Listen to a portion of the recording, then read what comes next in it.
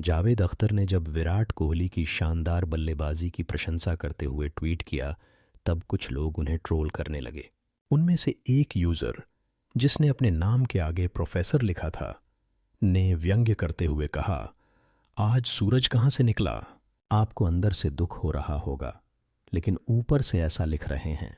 इसका मतलब था कि जावेद अख्तर एक मुसलमान होने के नाते भारत की जीत से खुश नहीं हो सकते।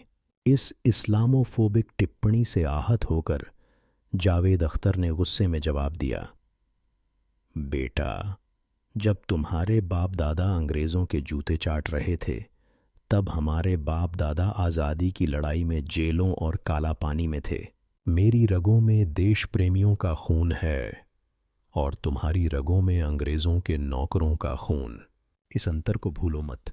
उनके इस जवाब के बाद सोशल मीडिया पर हंगामा मच गया। लोगों ने इस पर मिश्रित प्रतिक्रियाएं दीं। कुछ ने उनका समर्थन किया, जबकि कुछ ने उन्हें और अधिक ट्रोल करना शुरू कर दिया। बढ़ते ट्रोलिंग और अपमानजनक टिप्पणियों के जवाब में जावेद अख्तर ने कई और ट्वीट किए।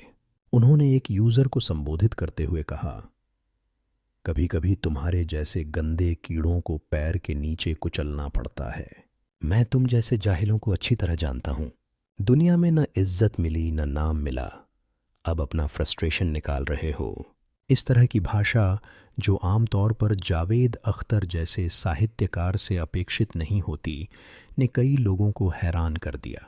उन्होंने आगे एक अन्य ट्रोलर को जवाब दिया, तुम्हारे मैसेज से पता चलता है कि कैसे माँ बाप की औलाद हो और तुम्हारे परिवार ने तुम्हें क्या संस्कार दिए हैं। इस तरह के जवाबों से साफ था कि जावेद अख्तर गहरी नाराज़गी और दुख से गुजर रहे थे। उनकी भाषा में आई तल्खी इस बात का संकेत थी कि उन्हें बार बार उनकी धार्मिक पहचान के आधार पर निशाना बनाया जा रहा था।